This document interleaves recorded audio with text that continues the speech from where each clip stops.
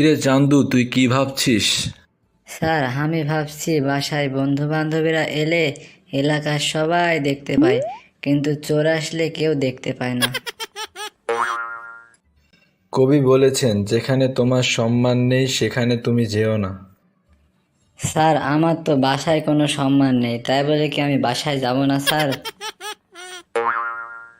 চান্দু জানিস, আমি চোর ধরতে খুব এক্সপার্ট।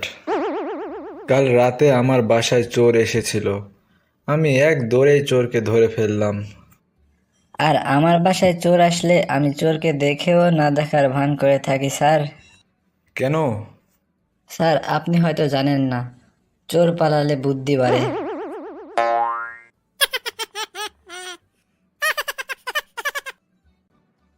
চান্দু বলতো, আমেরিকার রাস্তা আর বাংলাদেশের রাস্তার মধ্যে পার্থক্য কি? স্যার, আমেরিকার রাস্তায় বৃষ্টি হলে 10 মিনিটের মধ্যে বৃষ্টির পানি উধাও হয়ে যায়, আর বাংলাদেশের রাস্তায় বৃষ্টি হলে 10 মিনিটের মধ্যে রাস্তায় উধাও হয়ে যায় স্যার।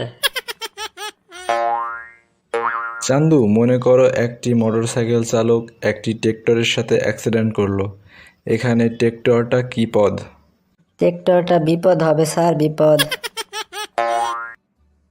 স্যার, আপনি তো জানেন এসব ছোটখাটো প্রশ্ন আমার কাছে কিছুই না। আমাকে ধরলে বড় বড় প্রশ্ন ধরবেন স্যার।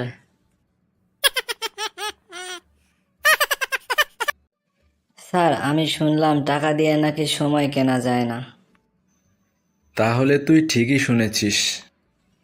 কেন স্যার? আমি তো কালকে গ্রামীণ সিমে 15 টাকায় 20 মিনিট কিনলাম।